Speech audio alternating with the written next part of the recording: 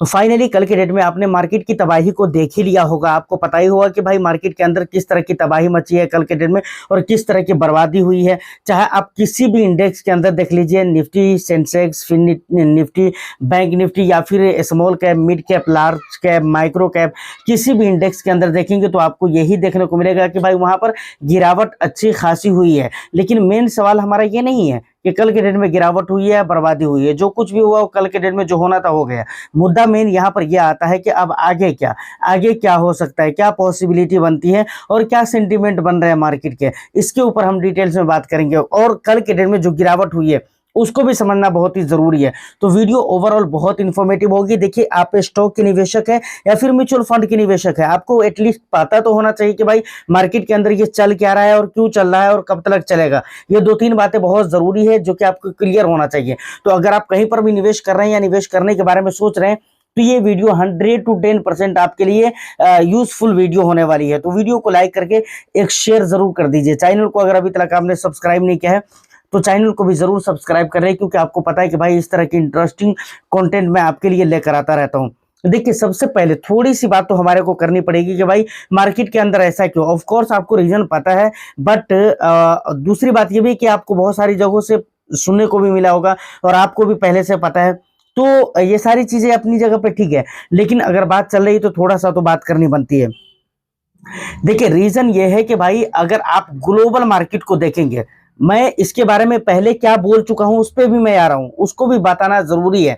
लेकिन उससे पहले मैं ये चाहता हूं कि भाई ग्लोबल मार्केट को अगर देखेंगे, चाहे यूएस की मार्केट हो, यूरोप की मार्केट हो, या फिर साउथ कोरिया की मार्केट हो, या फिर जापान की मार्केट हो, चाइना की मार्केट हो, इसके अलावा हांगकांग की मार्केट हो, इटली की, कहीं की भी मार्केट आप ले लीजिए, वहां की जब आप मार्केट देखेंगे तो आपको पता चलेगा कि भाई ग्लोबली लेवल पे मार्केट के अंदर गिरावट हुई थी।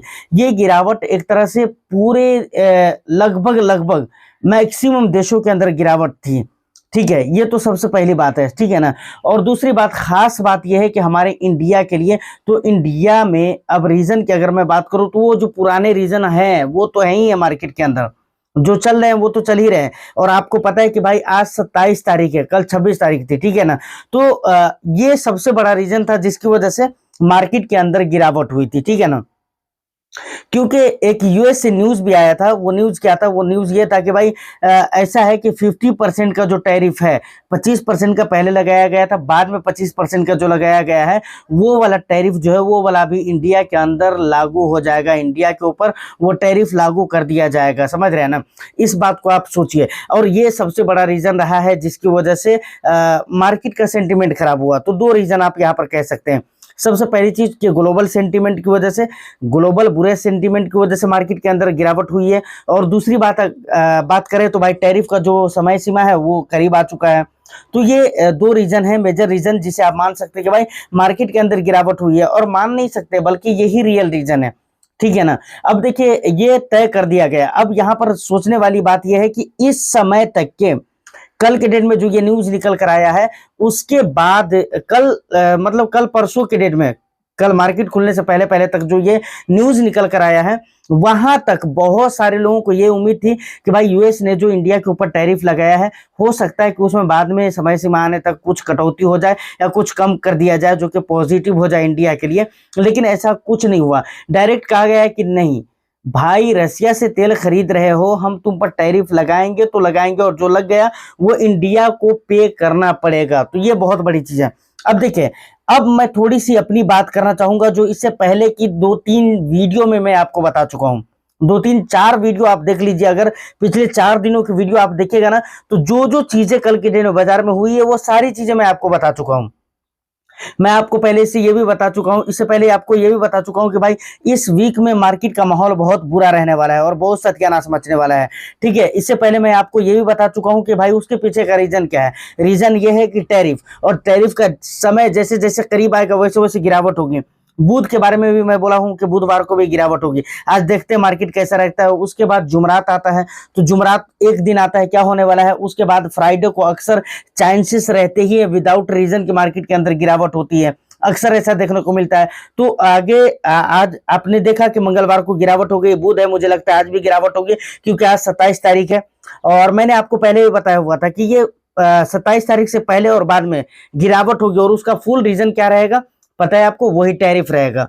क्योंकि न्यूज मार्केट के अंदर आना चाहिए। जरूरी नहीं है कि जिस तारीख से इंप्लीमेंट किया जाएगा किसी भी लॉ, किसी भी कानून का, उसी तारीख में मार्केट गिरेगा, नहीं, उसका इम्पैक्ट पहले और बाद में होता है। जबकि शनिचर या एतवार की वीडियो में इस बात को भी कहा हुआ था कि देखिए मार्केट के अंदर अगर पॉजिटिविटी भी रहती है तो बहुत अच्छे लेवल की पॉजिटिविटी नहीं रहेगी, उसके पीछे का भी मैंने आपको रीजन बताया था। तो ये कुल टोटल जितनी भी बातें हो रही हैं मार्केट के अंदर, जो कुछ भी चल रहा है, तो ऐसा नहीं है कि बी फाइनेंसर को आप फॉलो करते हो और आपको पता नहीं है, ऐसा नहीं है। अगर आप बराबर देखते हो और पूरी वीडियो देखते हैं तो ये बातें आपको पहले से ही पता होनी चाहिए, क्योंकि ये बातें मैं पहले ऑलरेडी आपको बता चुका हूं, तो इसमें कोई डाउट नहीं होना चाहिए आपको।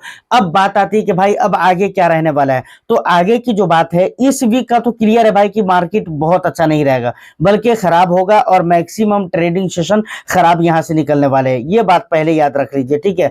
कल के डेट में आपने देखा है कि बहुत अच्छे लेवल की गिरावट हुई है, वहां पर बहुत सारे लोगों को लमसम करना चाहिए, लेकिन कई सारे लोग ऐसा भी बोले कि सर मुझे कल के डेट में लमसम करना था, मेरे पास पैसे नहीं था।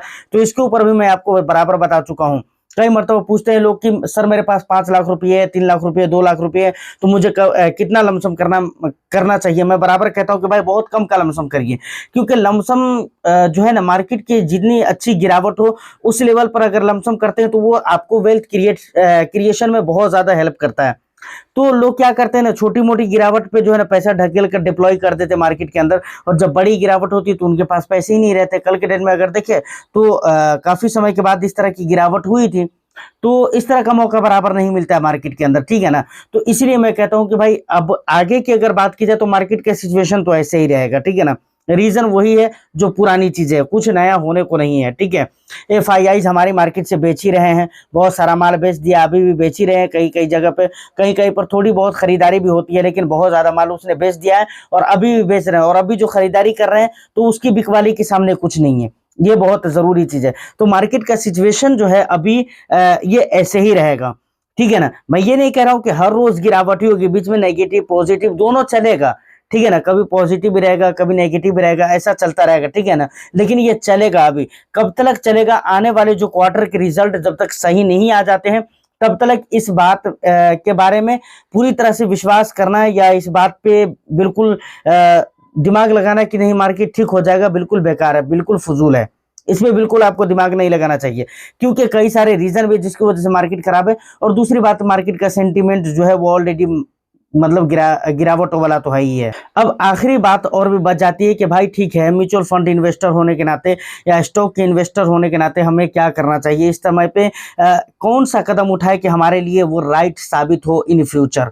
तो देखिए यहाँ पर एक ही चीज है जो कि आपको बराबर मैं बोल कर रखता हूँ कि देखिए कभी भी आप अगर मार्केट के अंदर आते हैं, इक्विटी मार्केट के अंदर, तो यहाँ पर लॉन्ग टर्म का विजन लेकर आए, यही ज्यादा अच्छा रहेगा, ठीक है ना। क्योंकि शॉर्ट टर्म में जो कुछ भी हो रहा है ये होगा ही, और शॉर्ट टर्म में ये सब होता रहता है मार्केट के अंदर, ठीक है ना। ये अलग बात है कि कुछ लंबे समय से हमारी मार्केट के अंदर ऐसा चल रहा है, जबकि इस तरह का जो सिचुएशन है इतने लंबे समय तक के नहीं चलता है, लेकिन लंबा समय ले रहा है, तो कोई दिक्कत वाली बात नहीं है, ये ठीक होगा। जो कुछ भी है आप इसे शॉर्ट ड्यूरेशन में ही मानकर चले, तो लॉन्ग ड्यूरेशन के साथ रहे। प्लस देखिए कभी भी आपको टेंशन कब होता है, सर इस बात को मैं बराबर बोलता हूं कि जब भी टेंशन, गिरावट या पोर्टफोलियो में प्रॉब्लम की बात आती है तो बराबर मैं इस बात को लगभग रिपीट करता हूं कि देखिए प्रॉब्लम कब होता है, कब आपको ऐसा लगता है कि भाई मुझे निकल जाना चाहिए मार्केट के डर की वजह से।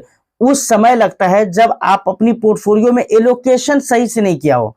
मतलब मेरे कहने का यह है कि भाई अगर आपने अपने रिस्क एपिटाइट को ध्यान में न रखते हुए एलोकेशन किया है, मानकर चलिए आपके रिस्क एपिटाइट को सूटेबल नहीं है, सूट नहीं करता है कि आप दो मिड कैप दो तीन चार स्मॉल कैप लीजिए, लेकिन आप ले लेते हैं, या फिर एक ही स्मॉल, दो ही स्मॉल कैप लीजिए और वहां पर एलोकेशन आपको 20% करना चाहिए तो आप 50% करके रखें, 60% करके रखें। ये सूटेबल है ही नहीं परसेंटेज वाइज ये एलोकेशन आपके लिए और आपके रिस्क एपिटाइट के हिसाब से। तो फिर आपने ऐसा करके रखा है, और तभी जाकर इंसान को मार्केट को देखकर डर लगता है, मार्केट की गिरावट से डर लगता है, और मार्केट के डर से इसीलिए ज्यादातर लोग भागते हैं। तो ये तमाम तर बातें हैं जिसे आपको याद रखनी चाहिए। और देखिए डेटा की अगर बात है तो बहुत सारा डेटा मैं आपको एफआईआईस का भी दिखला चुका हूं।